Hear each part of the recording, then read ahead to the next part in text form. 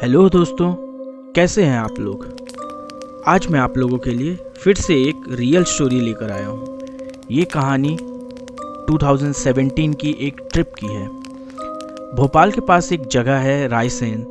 वहाँ एक बहुत पुराना किला है जिसे रायसेन का किला कहते हैं। कहा जाता है कि किले के राजा के पास एक पारस पत्थर था और ये भी कहते हैं कि वो पत्थर लोहे के किसी भी चीज़ को छूकर सोना बना देता था।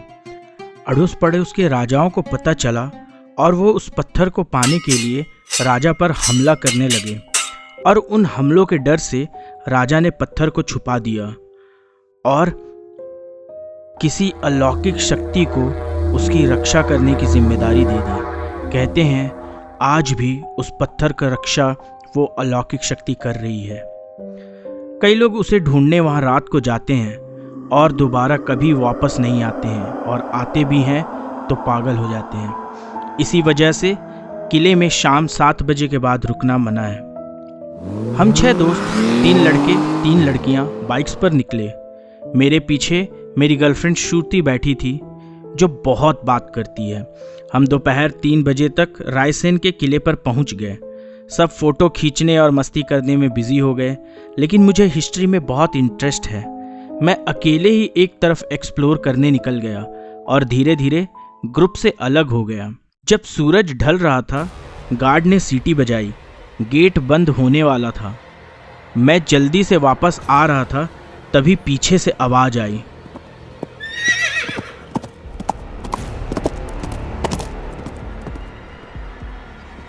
मैंने मुड़कर देखा, एक सफेद घोड़ा, उसके सर पर एक सींग और आंखें बिल्कुल लाल थी।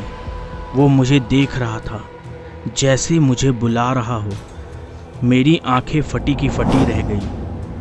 पर उसी वक्त मेरा फ़ोन बजा।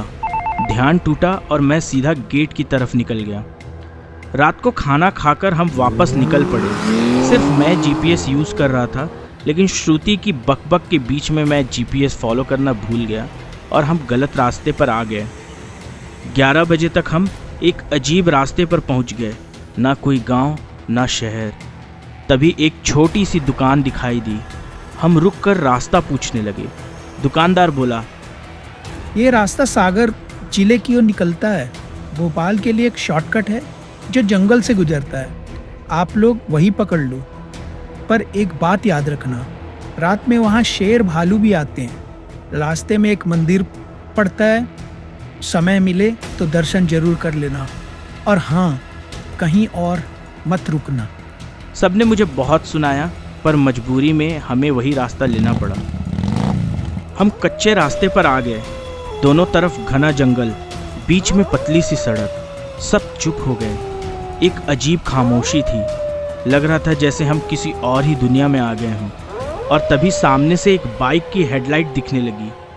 सबने सोचा अच्छा है, कंपनी मिल गई, और हम सब उसे आवाज़ लगाते उसके पहले ही वो जंगल के अंधेरे में खो गया। हम सब डर गए। तभी दाएं तरफ पेड़ों के बीच से फुसफुसाने की आवाज़ आई, जैसे कोई मुझे मेरे नाम से बुला रहा हो। आबिद, आबिद, आबिद। मेरे कान खड़े हो गए। मैंने श्रुति से पूछा, तुमने कुछ सुना? पर वो एकदम चुप थी। वो घोड़ा फिर से दिखा, पर इस बार वो अकेला नहीं था। उसके साथ कुछ और भी था जिसे मैं शब्दों में बयां नहीं कर सकता। वो सफ़ेद रंग का था, एकदम डरावना और मनहूस। वो इतना लंबा था कि घोड़े के सर को अपने हाथों से सहला रहा था, और उसके दूसरे हाथ में एक सफ़ेद रंग का पत्थर था। अचानक मेरे दिमाग में आया, कहीं ये वही पारस पत्थर तो नहीं। मैं डर में ये सोच ही रहा था कि अचानक वो चीख कर बोला, इधर आ। उसकी आवाज़ सुनकर हमारी रूह कांप गई। मेरे हाथ कांपने लगे, बाइक लड़खड़ाने लगी और हम गिर गए। मैंने श्रुति को चेक करने की कोशिश की, लेकिन श्रुति उठकर उसके तरफ जाने लगी। मैं हैरान हो गया। हमने रोका, पर वो बस एक ही बात बार बार बोल रही थी, पारस पत्थर मेरा है, मुझे बुला रहा है। ये पत्थर मेरा है, मैं इसे लेने जा रही हूँ। तुम सब चले जाओ यहाँ से, वरना तुम सबको मिट्टी में मिला दूंगी। सब समझ गए उसके ऊपर कुछ साया सा है। तभी मुझे अचानक उस दुकान वाले की बात याद आई। हम 5 लोगों को मिलकर भी उसे खींचने में दिक्कत हो रही थी। हमने मिलकर किसी तरह श्रुति को पकड़ा, उसे बाइक पर बांधा और पूरी स्पीड में मंदिर की ओर भागे। लेकिन रास्ते भर वो लगातार गुर्राती रही। मुझे जाने दो, वो पत्थर वही मेरी ताकत है, मुझे जाने दो। जैसे जैसे हम मंदिर के करीब पहुंचते गए उसकी चीखें और तेज होती गई। आखिरकार आधी रात के करीब हम मंदिर पहुंच गए। पुजारी दरवाजे पर खड़े थे। उन्होंने हमें देखते ही सब समझ लिया। बिना कुछ पूछे उन्होंने मंत्रोच्चारण शुरू किया और श्रुति के माथे पर गंगा जल छिड़का। श्रुति जमीन पर गिर पड़ी और पूरी शरीर कांपने लगी। और अचानक मंदिर के अंदर से घोड़े की डरावनी हिनहाट गूंजी। लेकिन इस बार कुछ सेकंड बाद सब शांत हो गया। श्रुति बेहोश पड़ी थी। पुजारी ने कहा, तुम लोग समय पर आ गए। अगर थोड़ी भी देर होती तो ये आत्मा इसे हमेशा के लिए ले जाती। श्रुति होश में आई, पर उसे कुछ भी याद नहीं था। हम रात उसी मंदिर में रुक गए और सुबह होते ही हम भगवान का नाम लेते हुए वापस निकल आए। उस रात के बाद हमने कसम खाई कि वहाँ कभी वापस नहीं जाएंगे। तो दोस्तों, आपको क्या लगता है, क्या वो सच में राजा का रक्षक घोड़ा था या सिर्फ हमारा डर?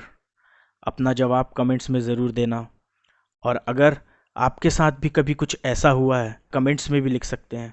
और अगर आपको ऐसे ही रियल हॉरर स्टोरीज पसंद है तो प्लीज़ सब्सक्राइब करके हमें सपोर्ट करें, ताकि हम आपको ऐसे ही रियल स्टोरीज लाकर दे सकें।